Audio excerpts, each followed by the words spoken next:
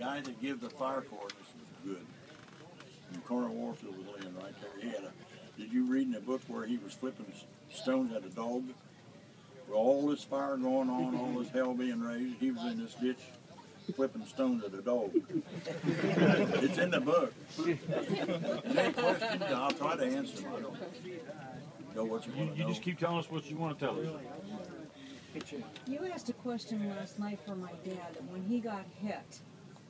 Did they leave you right there, or did you tell us that somebody took you into a house that was nearby? When I got hit, I was taken into a house. There was maybe already about 10 people. Fire in the hole. Better late than never. They were coming in pretty regularly, casualties. And that's whenever the medic, when I went in, he was crying. He said that I might have suffered melanoma. That was something that was similar to penicillin before penicillin came out. Sulfur? Sulfur. Melanoma. If I'm not mistaken, that's what it was called.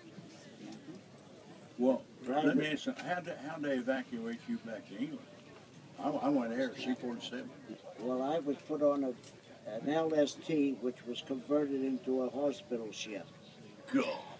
And we laid there for 8 days. They were loading casualties in by the hundreds. And you were one of them. And I was one of them. And not being treated with anything. The only treatment I had was when the medics put it on me at that house.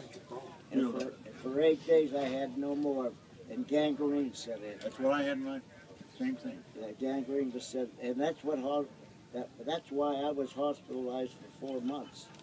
Did they put your foot in a plastic bag or something with some green stuff in it? No. You didn't? No. I was on crutches for a while. They just put a regular bandage. They put the sulfonamide on it. Well, when did you get back to England? Let me interrupt you. You got hit D-Day. When did you get back to England? I got back to, that's where they sent us to get more treatment. Yeah. Well, about 8 days later. It took you 8 days to get back to England? 8 days. Where the hell did you stay? On board that ship? Aboard that ship with maybe 300 or 400 wounded. Tell them, Mr. They didn't want to leave that fast because they were bringing in casualties by the hundreds, I would think. But it was 8 days before I got there and got the regular treatment from Where'd you go in England? Exeter? I can't remember, but I was later transferred to the 83rd American Hospital. They convert Warnes and Hutch, into hospitals. And that's where I was for about 4 to 5 months. Well, I lucked out. I got air backed up 2 times with C-47. And you're going to die when I tell you this. The last time I got hit, they took me to the plane, and the nurses, the girls on the airplane, said, no more rooms. And a guy from the 82nd said, take a German off and put him on. So they found a bunk right up near the skin at the top. And when we went across the channel, that damn skin got so cold, I was freezing. They give all the Germans a blanket. Is that right? And they give all the Germans a candy bar.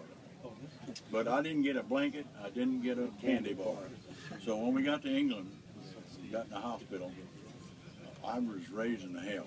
I said, then some of them trying to shoot me last night, and here I can't even get a blanket, and they get a candy bar and get one. Well, they sent an officer in from the 82nd Airborne. He come in, and I was laying there, and he says, what's your problem, trooper? And I told him the story. He said, I'll take care of that.